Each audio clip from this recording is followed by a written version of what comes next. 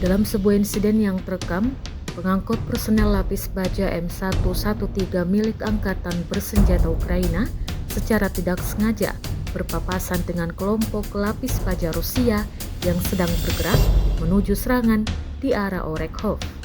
Rekamannya diunggah di Telegram pada Jumat 28 Maret 2025 menunjukkan M113 Ukraina yang menepi di jalan tampaknya untuk menghindari konfrontasi langsung saat dua kendaraan lapis baja BTR-82 Rusia melintasi di jalur utama. Namun pasukan Rusia tidak membuang waktu dan segera melancarkan serangan terhadap kendaraan Ukraina tersebut.